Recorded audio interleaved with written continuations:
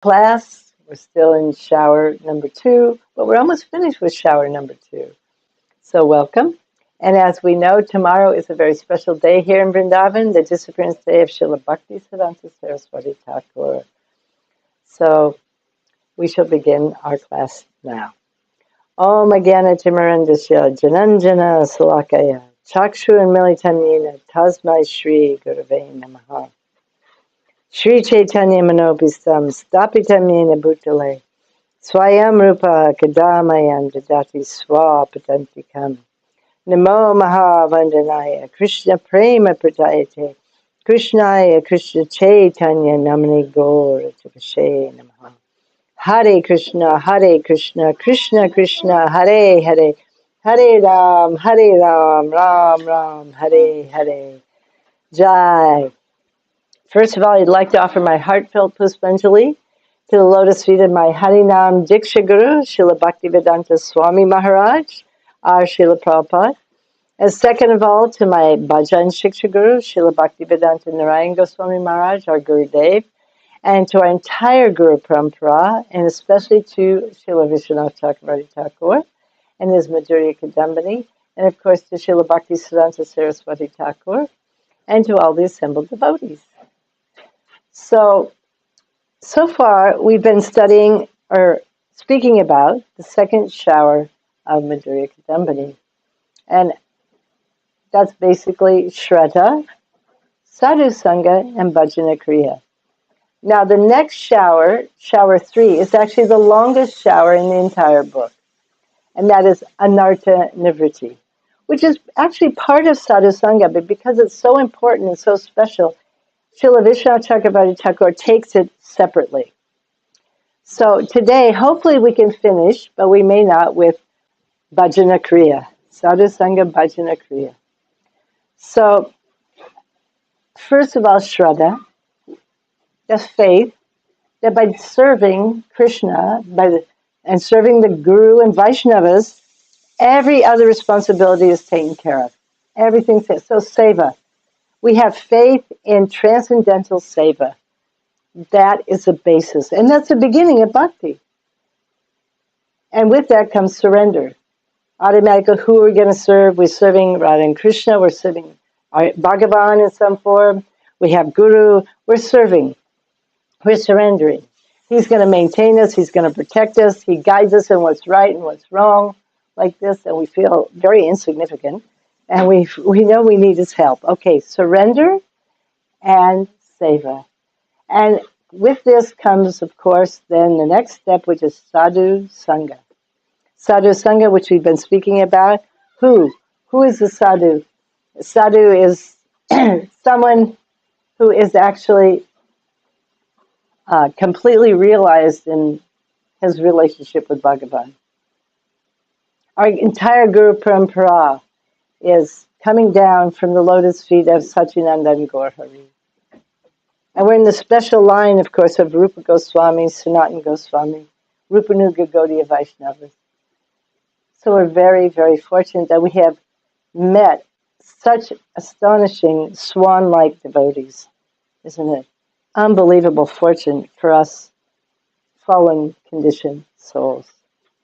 So what is sadhu sangha? Sadhu sangha means not that we just sit there and we're hoping that they will look at us, they will tell us how wonderful we are, and we will just hope that we can enjoy their association. No, this is not sadhu sangha. And that they won't chastise us, because it's very hard to get chastised, that they only see all the good stuff. No, sadhu sangha means that they actually instruct us on how to do bhajan properly, and they remove our anarthas. Someone descending from the spiritual world, Sat Gurus, Sat Vaishnavas, only they can remove our anarthas. No one else can remove our anarthas. We can learn from Majjhima Adhikaris. We can even maybe learn something from a Kanishta, a little bit, about some principles of bhakti. But only a Satguru can remove our anarthas and really inspire us. How do you say it? And his qualities can be infused in our heart. And these are the qualities that we want. Those that are coming from Goloka Vrindavan. This is what we want, which is actually a realization of our Isadev, of Bhagavan. He has realized, he has seen, he has served. This is his whole being. His whole being is totally auspicious, totally transcendental, and he can infuse that powerfully within our heart. So when we meet someone like this, either externally, or we shouldn't think that, oh, well, I haven't met anyone like this externally. Actually, even more powerful can be meeting them through the ears, if one hears properly, and one has faith. If one has faith, let's say in Srila Bhaktivedanta Swami Maharaj, Srila Prabhupada, and he hears from him. There's so many audios of him, all of his books. Sometimes they know Srila Prabhupada better than the persons that have met him externally. Because it means following their instructions, taking the instructions to heart. This is real sadhu sangha. And that sadhu, that Sri Guru, becomes our life and soul. And of course, the examples given by Srila Bhakti Vigyan Bharati Goswami Maharaj, many of you have heard it, is like the lotus flower in the water. The lotus flower is sometimes even growing out of muddy water, just growing in this water. And it's blooming and blooming, becoming so beautiful. But why is that lotus flower blooming so beautifully? And what is the life and soul of the lotus flower? The sun. The sun. And the sun is very, very far away. So far away. Not necessarily right. In fact, if it was right next to the lotus might become a little burned and it might be a little difficult. But the sun there is giving all the life, all the nourishment to the lotus. So this is real sadhu sangha. Real sadhu sangha is the sadhu, a Sri Guru, and the Sri Vaishnavas. They become our life and soul. This is where our nourishment is coming, our sustenance is coming from them. And how is that happening? By us serving them. Service. Affectionate, loving, grateful service, and constant, not sporadic. So it comes, this kind of relationship is a evolution, actually, an evolution. Because usually, unless we're quite advanced, unless we really are free from offenses in the heart, we learn later in chapter 3, the reason why we're not crying when we chant Hare Krishna is because we conditioned souls, we've committed so many offenses in past. So many offenses. And some really big offenses to some Mahabhagavatas. So we can understand, we can say, well, I can't remember doing any offense in this. Well, but it's in past lives. And the proof Srila Vishwanath Chakravarti Thakur says is because when we chant Hare Krishna, we're not crying. Our heart is not melting. So we shouldn't just think, oh, well, it's because, I've done some sinful things, or, I'm just a new devotee and this and that. No, it's because we have committed offense. And that's very serious, because we'll learn later that offenses are not completely eradicated until we actually enter Leela and have darshan of Krishna directly. It's so hard. All the other anartas, coming from sinful activities or even the mistakes we make in bhakti, anything. But offenses to the Mahabhagavatas is very difficult to eradicate. Very difficult. So we shouldn't be surprised that when we're practicing bhakti, that it might not be possible for us to actually experience bhakti the way we hear about. We hear about the devotees that they're chanting and they're weeping, the associates of Mahaprabhu, right? But we're not. We're not. At least I'm not. See? So now we're going to talk about the stage where we are at. And we shouldn't be too discouraged when we hear about this. You should understand that it's a natural stage of bhakti. And we have to just tolerate. We have to persevere. We have to be very enthusiastic and just keep going. Keep going. and it's called unsteady bhakti. Because the next stage after sadhusanga will be steady bhakti, nishta. But at this stage, we're in sadhusanga, and we're in what's called anishtita bhakti, unsteady bhakti.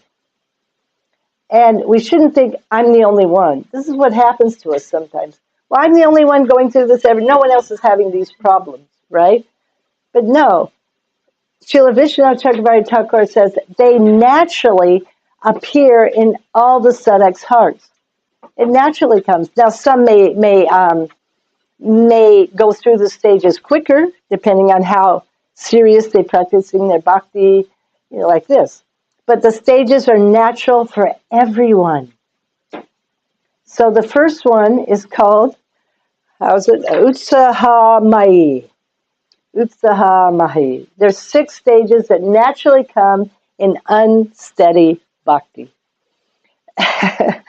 And when we finally get through these 6 stages, then we'll find out, before we get missions, there's 5 more persistent obstacles. So we've got like 11 obstacles ahead of us. And they're natural for everyone. So Utsamai Bhakti means that, like when you start, it's like a child in school. Like, let's say in kindergarten, and they've just gone to school. No, not kindergarten, first grade. In kindergarten, you're just playing, anyhow, in America.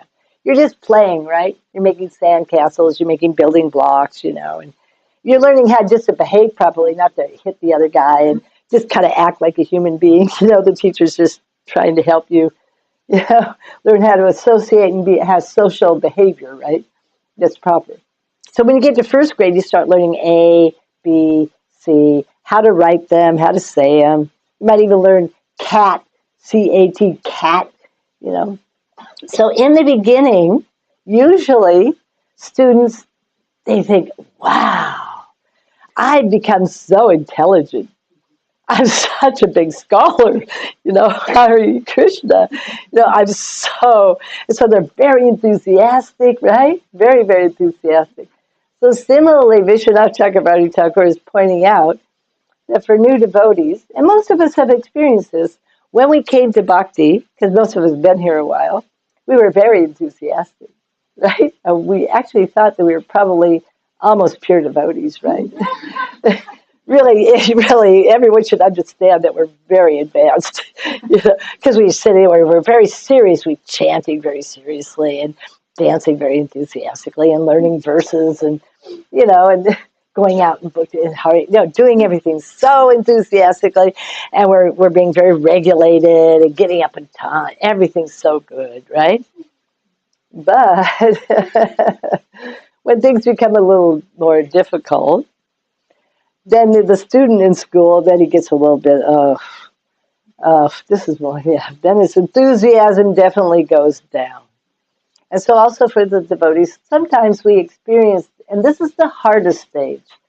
The hardest stage of bhakti is when we don't really have the higher taste so much. We have some, and we experience some, and that's why we're enthusiastic. That's why we came, But due to anarthas in the heart, we don't have the higher taste steady. We don't really have a higher taste because we have too many anarthas. We can't taste the holy name the way Raghunath Das Goswami tasted it, the way Haridas Thakur tasted, the way Srimati Radhika tastes Krishna's name. It's not possible for us. So therefore, sometimes the holy name is not very tasteful. In fact, it's boring, or it's just, we do it because, and we should always do it because of our seva to Sri Guru.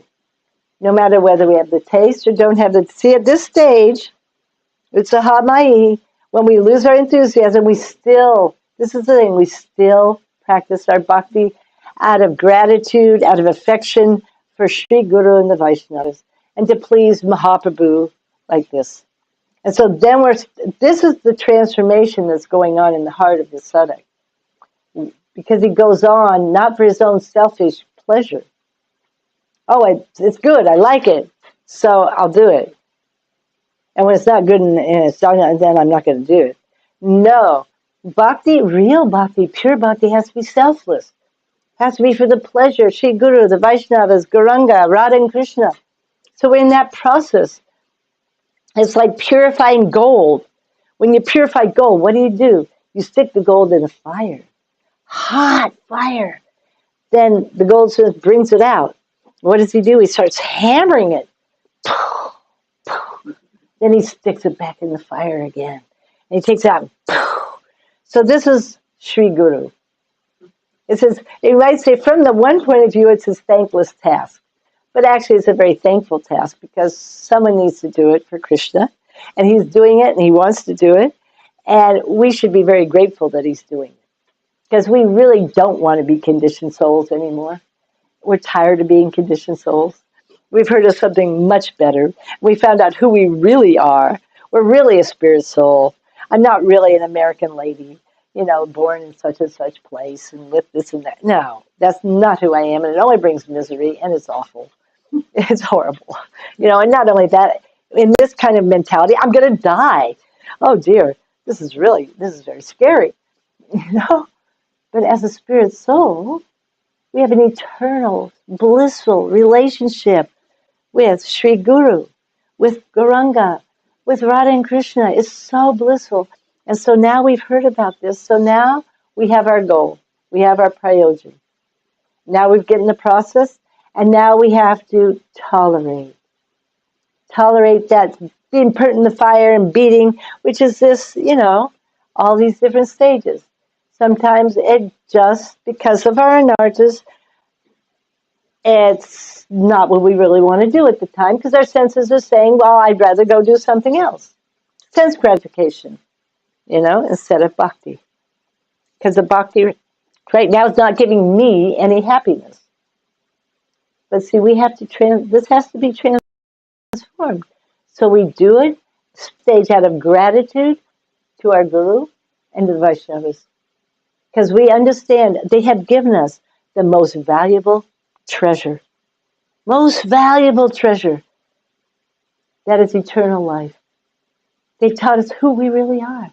They've shown us the other Vaishnavas, Navadvip, Vrindavan, Govardhan, Radha and Krishna, our relationship, our home. They're taking away the ignorance. What a great gift. There's that famous story of Sanatana Goswami. I'm sure you all know this story, but it's so nice.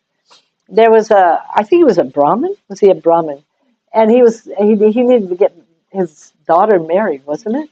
And somehow he was a worshiper of Lord Shiva, and Lord Shiva told him to go see Sanatana Goswami in Vrindavan because he had a great wealth. So there's Brahmins coming to Vrindavan to find Sanatana Goswami to get some wealth so he can marry his daughter off properly, right? So he comes to Vrindavan and he finds Sanatana Goswami by the mercy of Lord Shiva. And he tells Sanatana Goswami, I hear you have a great wealth. I have this daughter to marry, so Sanatana Goswami, oh yeah, over there in the garbage dump, there's a touchstone. You can take that and it'll help you. Whatever it touches will turn to gold. Yeah, plenty of wealth. So the Brahmin goes over and gets the touchstone, and he's so happy he touches it. Oh, it turned to gold. So he's going back. But Lord Shiva is very kind to this Brahmin. Actually gives him some intelligence. And he thinks, wait a minute. Sanatana Goswami was storing this touchstone in the garbage heap. He must have something better. There must be a better wealth. And so he goes back and he says, Sanatana Goswami, please, you must have a greater wealth than this.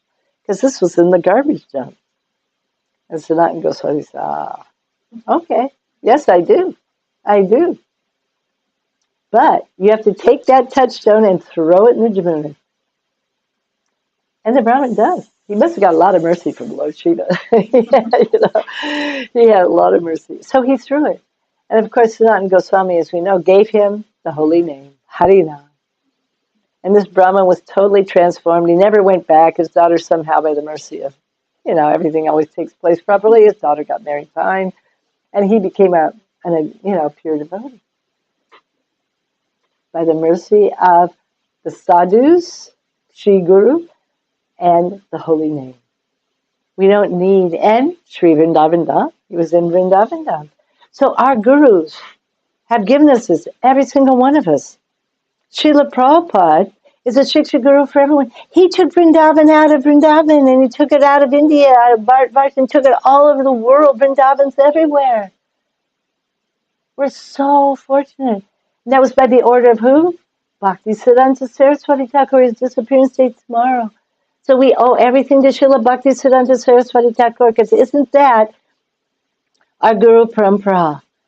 Every Guru is simply carrying out the instructions that they were given by their Guru. That's their life and soul. Prabhupada's life and soul was to carry out the instruction of Bhaktisiddhanta. And he'd been wanting to do it his whole life. And it was somehow, it just was not, it was not the time. But he was meditating on it. Because he loved Bhaktisiddhanta. He wanted to please Bhaktisiddhanta. Bhaktisiddhanta is his life and soul. So finally, after living in Vrindavan, at Radha Damodar, how old was 70, 72? How old was he when he left? 68, 69? Okay, 69. I'm close. 69. He leaves Vrindavan. He leaves a sadhu, bhajan life at Radha Damodar. Such a wonderful, happy life. It may be a little austere, but for sadhus, you know, a little place to sleep, a little prasadam, lots of seva. They don't care. They have a higher taste. They're absorbed in their internal bhajan, getting so much happiness. Prabhupada went to the West, and we all know what he went through. So much difficulty for us to bring Vrindavan and the king and queen of Vrindavan, Radha Damodar, to all of us, to every home. He went knocking, tap, tap, tap, tap, tap on every door.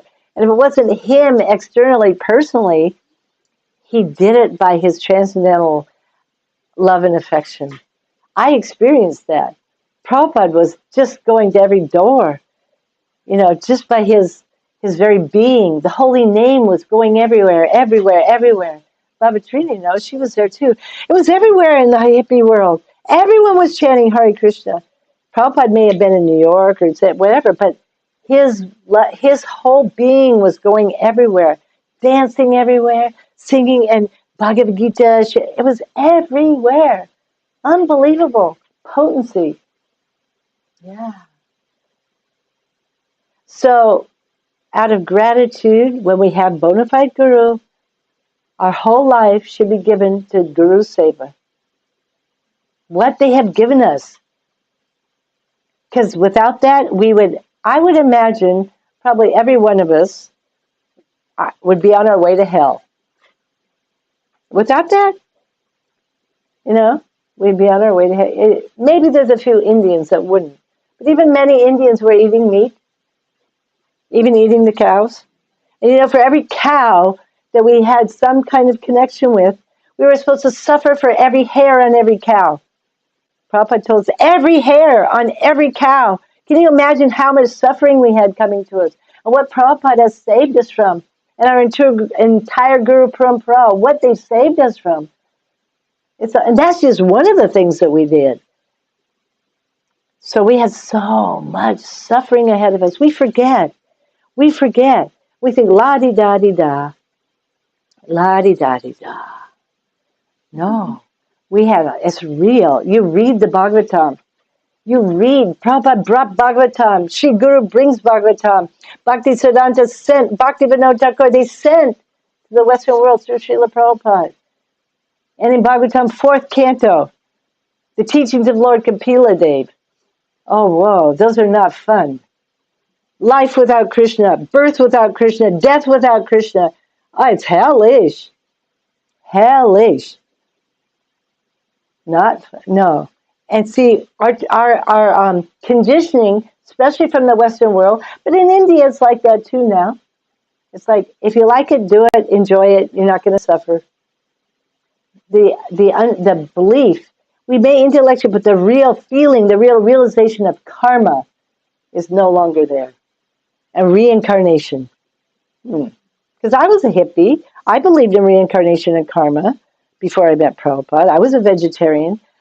But it was just like some kind of intellectual gymnastics, because it was not like I was leading a life that was not going to get me some bad karma. I was doing so many things that are going to bring bad karma. But I was so ignorant. I thought, oh, well, it looks like that nice little pussy cat is so enjoying sleeping there, smiling. Maybe in my next life I'd like to be a kitty cat. That's how silly, And other people, oh, I think I'd like to be a this or a that, thinking that it's that easy for one thing, but it's not. This is just some kind of trick of Maya, real trick of Maya.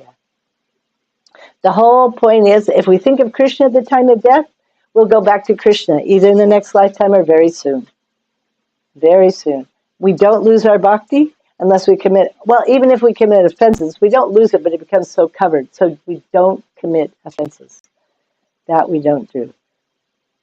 So back to where we were, Utsaha Mai. So then comes the next stage, which is, how do you say it? Gana Tarala. Gana Tarala. And in Gana Tarala, that means we all know this stage. Sometimes our practice is what they call very thick or very intense, very good, right?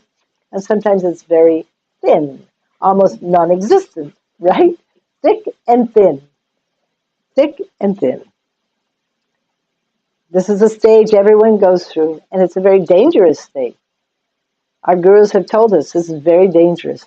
This is where you really need the association of other devotees. If you don't have it externally, we better take association through the Shastras, through the audio, whatever. We need association. And we need to use our spiritual intelligence to control our material desires and our material emotions. We need that spiritual intelligence coming from Bhagavad Gita, from the words of Shri Guru. So we just know, okay, if I do that, that will bring this. So if I go off there and I think, well, I really, oh my gosh, it's so difficult. I need a little vacation. Well, actually in spiritual life, there's no vacation, because vacation means you're going out to enjoy sense gratification, isn't it? So I think that I will just go to a movie. And this movie is not so bad. It's a documentary about the Himalaya mountains. So that's okay. And it'll give me a little relief from my suffering. I'm suffering, I don't have such a taste. I'm married and my kids are really tough. Oh, God, give me a break. Or I'm a brahmachari. Oh, my God, there's so many beautiful girls around. I'm having such a tough time. And oh, my gosh. And so let me just somehow get some relief. It will only bring more suffering. Because we engage in sense gratification, then we get more of it attached to more sense gratification and more sense gratification. Like this. So this is that Gana Tarala. Thick and thin. It's a very difficult stage. Come on in. No problem. It's a very difficult stage. And after that, we have what's called Vyuda Vikalpa. Now this one is very interesting. Vyuda Vikalpa. That means going back and forth. They call it oscillation between resolve and doubt. That means, let's say you're a brahmachari.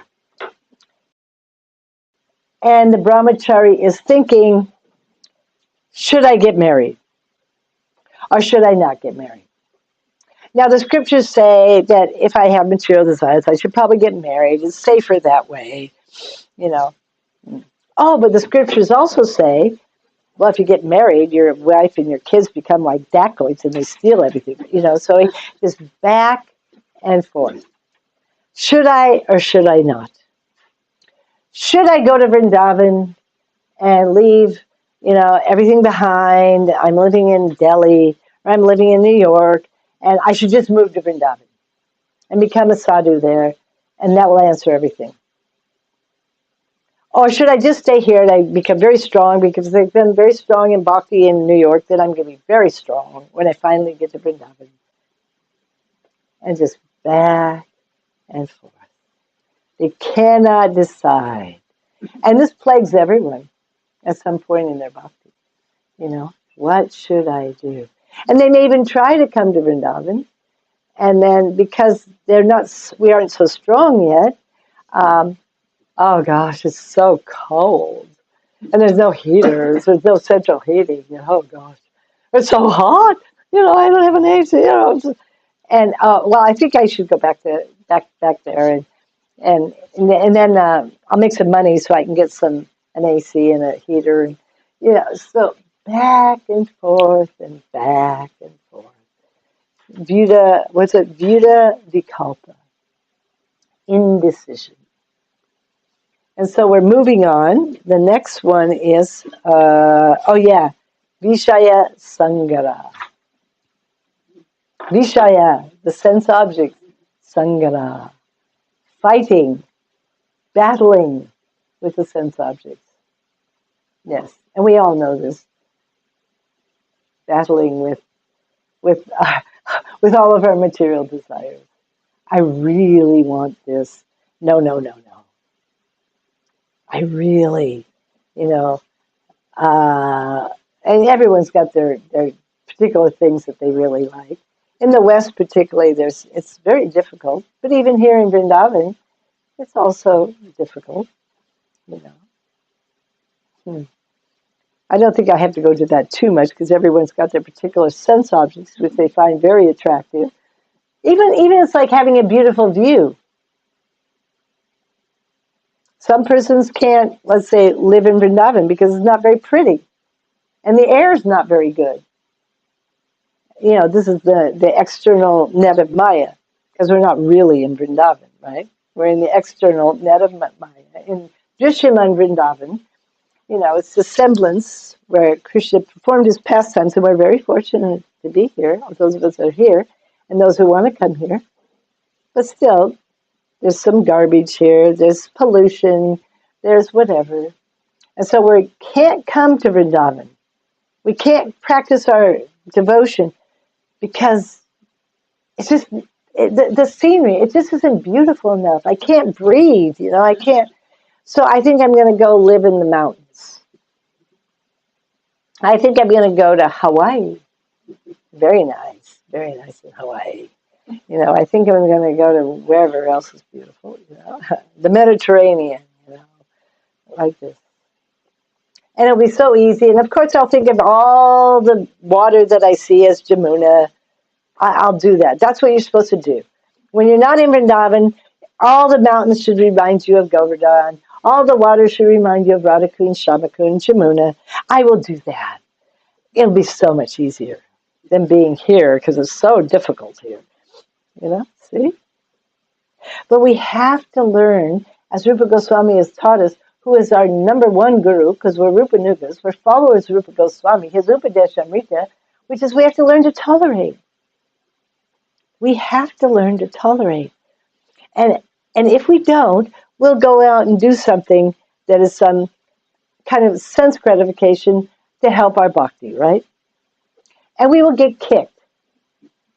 And after getting kicked enough, in one lifetime, 2 lifetimes, 3 lifetimes, we'll finally realize, I think I'm just going to tolerate the heat. I'm just going to tolerate the cold. I'm just going to tolerate the garbage around. I'm just going to tolerate, because no matter where I go, it's miserable. Because in the material world, it's miserable. Hawaii has its misery. Mediterranean has a misery. Himalayas, every place has its miseries. Isn't it? For one thing, everywhere there's a smartphone. And everyone's got a smartphone that has disgusting stuff on it. And everyone gets addicted to watching all this disgusting things on it, no matter where you go. Isn't it? Number one addiction in the world today. Smartphones and garbage. Yeah, even little kids in Nigeria, South America, anywhere. Old people, young people, everyone. All the devotees, we all, And if we're not careful, it's a big problem. Big problem. So we have to, at one point in some lifetime, we have to become serious about tolerating the urges of the senses and learning to say no, no, no, no, no. Even though I'm not tasting such a high thing, but no, I know you're going to bring me more misery. Isn't that basic Bhagavad Gita? Happiness in the beginning, misery in the end. That's the mode of passion. Of course, the mode of ignorance is misery, misery, misery. But the mode of passion is, oh, so happy in the beginning. Misery in the end. But even the material mode of goodness we have to let go of. It's like, it's happiness and happiness, but still it's material. It's a little mixed. We have to come to the transcendental platform. And that is by surrendering to the instructions of Sri Guru, whether we like him or not, materially, externally. You see, he may say, okay, like he said to my godbrother, Burijan. He was a new devotee. You go to Hong Kong, open the temple in Hong Kong, all by yourself. And he did. He said to some other couples, you go to England, open the temple in England. Somebody else, go to Germany. Somebody else, go to Africa. Well, it's not like they're really, that's tough. Especially when you're not a pure devotee. It's very difficult. But for the pleasure of Srila Prabhupada, they did it. So we should think about this. For one thing, we're very grateful that those devotees did that, or we wouldn't have Krishna consciousness, So we should become like that. We should want to please our Guru, and we should also want to help in Lord Chaitanya's Sankirtan movement. And he wants this Sankirtan movement spread all over the world, all over the universe. That's what he wants. And it isn't particularly what most of us want to do, naturally, because we're naturally addicted to sense gratification. So we don't naturally just want to go off to Timbuktu and start a center. We don't. Oh, that sounds horrible. I just want to be here, and I want to be with all the devotees, and But we should want whatever our guru tells us. If he says to do that, we should happily do it, and we'll get all the mercy from Sri Guru. Or if he says stay in Vrindavan, then we should do that, happily for him. And he will empower us. And that means the real treasure that will become ours is the treasure of praying. Praying. We'll actually get out of the material world. We won't be in this prison house anymore. And at best, it's a boarding house. A boarding house means it's not our home. It's not where we belong. The material world is actually a dream.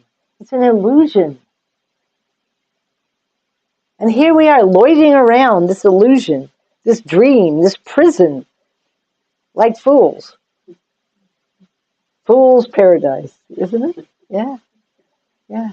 So we have to be very, very diligent about these stages that are difficult and keep practicing the best we can. And when we can't practice so well, we lament, we regret, and we beg for mercy and beg for strength to be able to go on and to keep practicing.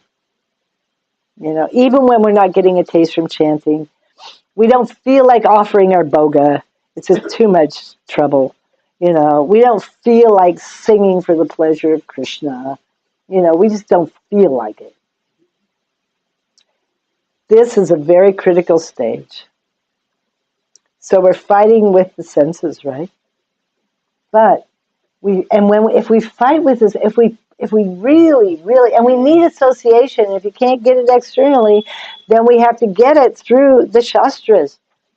We have to give us some inspiration to go on. That actually prema is real. Radha and Krishna are real. Our relationship really is with them. That's who we really are. It's the truth. And why waste our time anymore? We've already been a pig and a dog and a tree and a demigod in the hellish. We've already done all that material sense gratification. It brought us nothing. We're miserable. You see? So we have to have enthusiasm, confidence, patience, determination. We do need sadhu sangha. We need to give up bad association. This is Rupa Goswami. And our gurus tell us this. So then the next stage, after fighting with the senses, it's very similar, but it's a little bit different. It's called niyamakshama. That's when you make a vow and you can't uphold it. I am going to chant a lakh every day. I am going to chant a lakh every day. Every Ekadasi, I'm going to do Nirjala Ekadasi. Some spiritual vow, and we simply cannot do that. We just can't do it. It's a little bit different because it's more, we're trying to make progress in our spiritual practices and we just can't do it. It's natural. Everyone experiences this. You see? So we should just tolerate. Keep trying. Have basic minimums. And if we even give up, then okay, pick ourselves up, pray, and go on. And it doesn't matter that we can't follow Nirjala Ekadasi every Ekadasi. That's not how we're going to get praying. How we're going to get praying is to please our Guru. Pleasing Guru Seva. And he will give us bhav, he will give us praying when he wants. So if he'll be pleased that he sees, oh my gosh, she's having such a hard time, but she's trying, and she's begging for help, and she's trying, oh, that's so good. This is what we have to understand. We cannot barge our way into bhav and praying. We cannot just walk in to the temple of God, you might say, to Vrindavan and Radha and Krishna. It's not possible. We have to know someone who likes us a lot, who's actually a resident, who they'll bring us in and they'll say, oh, here's a nice resident, of one of my disciples, one of my followers. Please, Mahaprabhu, you accept, please. She's trying so hard. He's trying so hard. Like this. It's the only way, no other way. We think that, oh yes, if I chant my lakh and do the Nirjala Ekadasi, and okay, you guys are kidding, look at me. No. Krishna really doesn't like that at all. So, and then the last stage of these 6 stages, later we'll get into the 5 persistent obstacles. We're just now finishing with the 6 unsteady stages of bhakti. This is called Taranga Rangini. This one's nice name. It is, but it's the most dangerous. That's why it sounds so good. You know what it's compared to? Parasitic creepers. You know what a parasite is? Something that takes your life, even the bug. It comes and then eventually just sucks out all your life and you're finished. So at this stage, these parasitic creepers appear in the heart. And what are they? Profit, adoration, distinction. Because when one is practicing bhakti, one becomes very beautiful. One becomes attractive. Like this. And so everyone starts thinking, oh, what a nice devotee. And they start worshiping that person. They start praising that person. They start giving donations. They start doing so many things.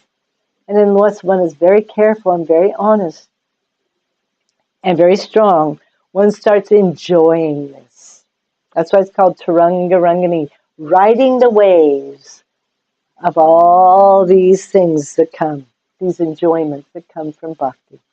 You're riding the waves. Yeah. Or it's called like parasitic creepers have come, and you're not careful, you don't cut them out, and they take your very life and soul. It's a very, very difficult stage. We all know, what is the worst? Desire for pratistha. So when you're practicing, and not everyone, but at least some persons will think, oh, wow, very nice devotee. She's so learned, or she's so renounced, or she's so beautiful, she glows, Or she, oh wow, she's a disciple of Prabhupada, she's seen Prabhupada, whoa, she must be really special. It's like, isn't it? So we have to be very careful. Stage is very dangerous because these kind of desires, these kind of these things that come to the devotees, they will. If we don't weed them out, they will kill us. They will kill us, our bhakti. They will, and we'll end up making some kind of offense, and that whatever little bhakti we have will get covered for a long time. So it's serious. Bhakti is serious, very serious. It's not a cheap thing, So we need to know about these stages. We need to not be. We need to be honest about them, because if we're honest about them, Guru and Krishna will take care. If we're just honest, oh Krishna, I'm being attacked by the desire to be really famous. I just, maybe I could start. This happened really a lot with Prabhupada disciples. Well, maybe I could just start a rock and roll band. Because everybody in those days wanted to be a rock and roll star, right? That was just kind of the way it was. Nowadays, they don't call it rock and roll, but anyhow, to be a singer, to be famous, like the Beatles, or like in the way back, it was Elvis Presley and whoever it was, That was the first one, Elvis Presley. That was rock and roll. Those are our days, So, and we have this, and so we bring this to bhakti, and so many, they decide, okay, I'm going to start a band, a Krishna conscious band. It'll be wonderful, we'll have Krishna conscious songs, and it will go, and so that isn't necessarily bad. But if Prabhupada didn't ask us to do it, or our Guru doesn't ask us to do it, and we're really doing it only for our own sense gratification because we like to play the guitar and we love to sing, and we like people to go,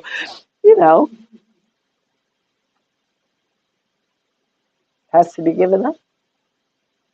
Has to be given up. So in one sense, that's why suffering is given to us. I know for myself, personally, in this particular lifetime, I was a hippie, and I suffered so much as a hippie. You can't imagine. It was not the peace and love and flowers and wonderful things that they all say it was going to be. It wasn't at all. Pieces of flowers. Yeah, right. And so I was very fortunate, actually. By the time I didn't join Hare Krishna movement until I was 25. And I met Prabhupada personally. I needed that because if I hadn't met Prabhupada, I don't think I would have got saved. I was going down so fast, But because I had suffered so much, when the temptations would come, mostly, I just remembered how much suffering they would actually bring. So we should understand, actually, sometimes Sri Guru and Krishna give us suffering. And they give us these things so we'll understand, this is not what I want. I don't want this. Let me just, in this lifetime, I've been here so long in the material world. And I've probably been a devotee before. We have eternal Guru. Our Guru is eternal. And I probably served him. And I probably committed offenses. And my bhakti was covered. And now I'm finally coming back again. Let me now become serious in this lifetime. Let me not make those mistakes again. Let me not do that, please. Let me become serious about being simple, being honest, and just trying my best, and begging for mercy, and not needing all this name and fame or money and wealth or, a handsome husband or a beautiful wife or whatever. Whatever comes by Krishna's mercy, we just accept and we just practice bhakti for the pleasure of Guru and Krishna. Think in your mind how simple it would be if we could really do that. Because Prabhupada always said that bhakti is easy for the simple. It's very simple. Because how easy is it to come in front of my Thakurji and sit here and think, oh, Thakurji, Now I'm going to make you happy. I'm going to sing this song for you.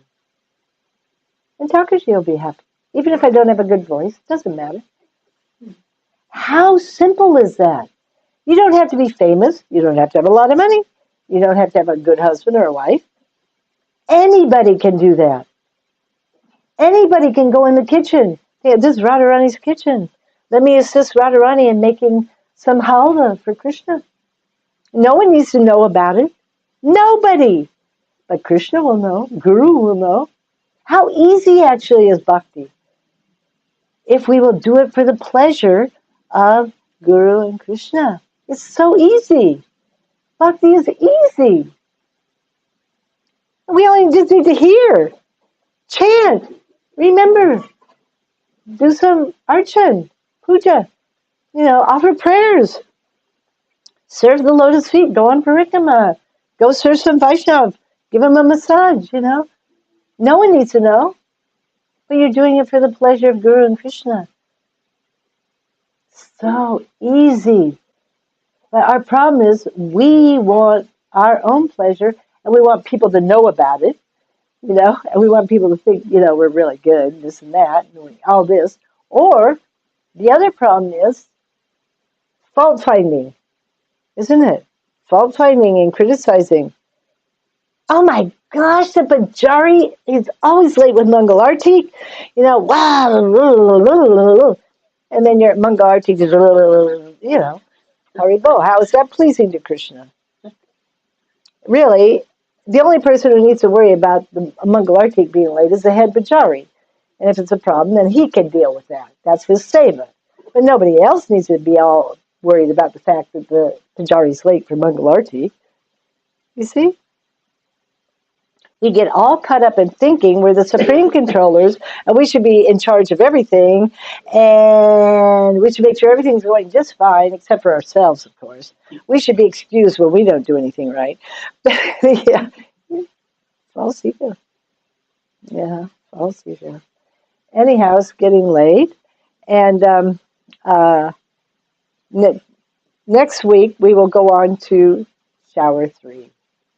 And this is really, it's the longest shower. In fact, Vishal Chakravarti Thakur really almost says it's the most important. He said we should read this chapter over and over and over again about anarthas, about aparad, like this, anartha nivritti. It's very important. We have a lot of misunderstandings about it, like that. A lot of misunderstandings.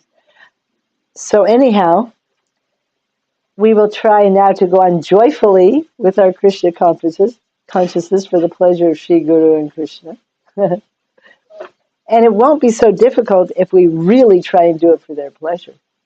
And we don't have that false ego, well, I can't sing a kirtan because I can't sing very well. This is just a simple example of how Maya gets us. Because Krishna doesn't care about that. He cares about your mood that you want to please him. You see? That's what he cares about. Oh, she's trying to please me. Doesn't matter. I mean, someone may have a beautiful voice and they don't please Krishna at all because they're doing it for their own ego. But if we come here and we try to please Krishna, try to please Guru, try and tell others about Krishna a little bit, anyone, wear tilak, because then everyone knows you're Hare Krishna, yeah, Haribo, tilak, it's preaching. Wearing Gaudiya Vaishnav tilak is preaching. So even in India, one of the greatest preaching is for us Westerners, to wear tilak, wear a sari, Vaishnav clothes, neck beads. Just that alone, because the Indians are going the other way. They are, and they say, wow. Because they're all trying to go to America and become Americans. They think money grows on trees in America or something. I don't know what they think, but it's ridiculous. It's like crazy. But as they say, oh, she's American. Wait a minute. She's over here? She's just, like this. She's giving it all up.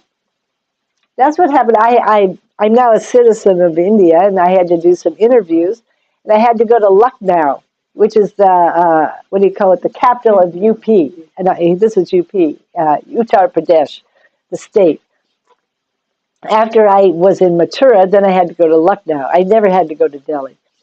And so the head official there, he's sitting there, and he said, "Well, really, why do you want to become an Indian? You know?" And I looked at him and I said, "Are you a Hindu?" He said, "Yes."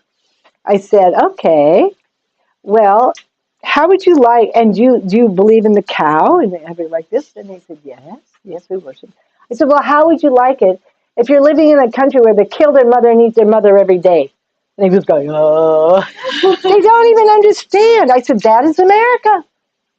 In America, that's what's going on. Every corner, everywhere. That's just one of the millions of things that they're doing that's taking them to hell." And he kind of like looked at me. He was really, they don't, you know. So we have, Lord Chaitanya wants all of us to help him. We should do our own sadhan bhajan, but he wants us in whatever, it doesn't have to be big. We don't have to go out and distribute 1 million books, but just little ways. You meet people, just like I met this man in Lucknow. So a little bit of preaching to him. You know, really, you know, you might be on a train, you might be here, you might be anywhere in Vrindavan. There's lots of people coming into Vrindavan who don't live in Vrindavan, but even some of the Brajvasis, they get impressed by seeing us here day after day after day after day chanting Hare Krishna. Like, I have a balcony out here, and I chant out here, especially in the summertime, with my bead bag. And we have some Brajvasis who live over here, right? And they're watching year after year after year after year, you know. They're not doing that, you know. And I'm not making any problems in the neighborhood. I'm just chanting, chanting. They see this. I've been here in Gopidas Bhavan now for 22 years. They've been seeing me for 22 years. You know, that goes deep in their minds. Yeah. So we have to think not only just about our own Krishna consciousness, but about assisting our Guru Varg in fulfilling the inner heart desire of Mahaprabhu, which is not only to do our own to taste, you know, to taste bhakti, but to give it to others. As it is. As Prabhupada would say, as it is. Don't water it down. Don't change it. Anyhow, we should stop here. Jai Vanchakopachivisha Kripa Sindhu Bhavacha Patitanam Pavanebhyo Vaishnavebhyo Namo Namaha. Now we can have a little kirtan. Can I ask one question? Do you have time? Yes, we'll take it. So there's 6. These are 6 stages of unsteady bhakti. Okay.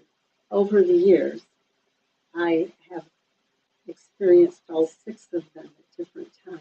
Yeah. And sometimes it seems like I conquered one of the stages, but I haven't. So is it a progression, or it's just mentioning the 6 stages? Well, what's actually said here is that like it's a progression, but I think the way we could understand that, what just kind of flashed in my mind, is that they appear, but they may not disappear. So you see what I mean? They appear in these stages, and then maybe they're all there, and then they're there. That's just what kind of came to my mind. I'm not sure if that's right. Because he does say they appear like this. He does say that. Yeah. Okay, well, all of them have appeared. None of them have disappeared, although sometimes they seem to have disappeared. Yes. And you know why that is? To try and help us become humble. Because it's like that first stage. Because the first stage is we really think we become a pure devotee, you know, and we're doing really good, you know. So then all of a sudden we get to see the reality that really actually we're still fighting with the objects of the senses. We're still indecisive. We still can't carry out our vows. I heard about one disciple, Srila Bhaktisiddhanta Saraswati Thakur. Because most of us, if we get really sick, there goes our sadhan bhajan. It's really hard, really. If we get really sick, usually. But this disciple, Bhaktisiddhanta Saraswati Thakur, I don't remember what his name was, whenever he got sick, he would go in his room, close the door, and do Harinam Sankirtan until it went away, however long it took. And I think Krishnadas Babaji was also very much like that.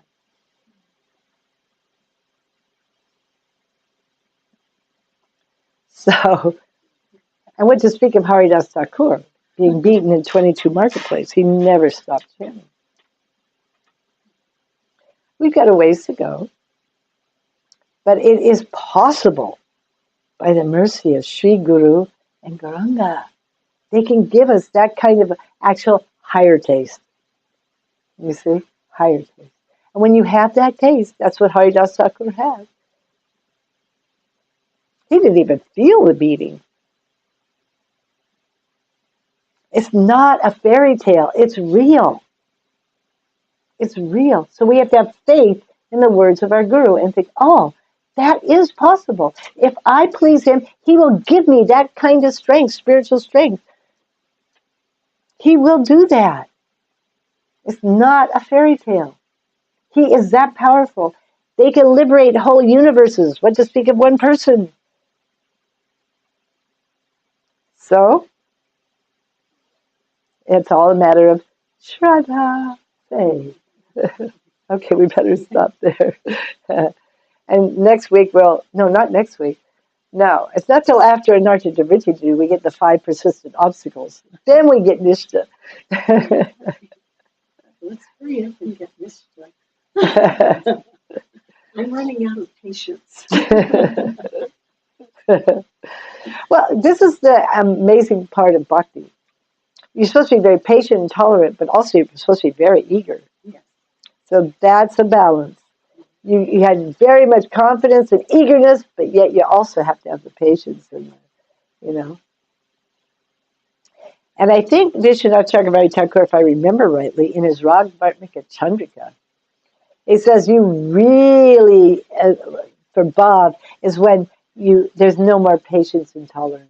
You just so eager that you just but that has to be very pure and very special and real. Then there's no, then it's like in Raghunath Das Goswami's Vilap Kusumanjali. Swamini, if you don't show me your darshan, if I don't get your darshan, if you don't give me your mercy, what was the use of Braj? What's the use of Krishna? What's the use of all my service to Radhakund? It's no use if I don't finally attain you and you don't give your mercy to me. That's real. We can't imitate that. But that's our aspiration. When we finally have no other desire. But we'll have to start here. Our only aspiration should be somehow to carry out the instructions of our Guru the best as we can. And when we can't, we pick ourselves and keep going like this. Give it life. Okay, Haribol, Kirtan. Anybody like? I think you're elected. Hare Krishna, Hare Krishna, Krishna Krishna, Hare Hare, Hare Rama, Hare Rama, Rama Rama, Hare Hare, Hare Krishna, Hare Krishna, Krishna Krishna, Hare Hare, Hare Rama, Hare Rama, Rama Rama, Hare Hare, Hare Krishna, Hare Krishna, Krishna Krishna, Hare Hare, Hare Rama, Hare Rama, Rama Rama, Hare Hare, Hare Krishna, Hare Krishna, Krishna Krishna, Hare Hare, Hare Rama, Hare Rama, Rama Rama, Hare Hare, Nitai Gaura Hari Bol, Hari Bol, Hari Bol, Nitai Gaura Hari Bol, Nitai Gaura Hari Bol, Hari Bol, Hari Bol, Nitai Gaura Hari Bol.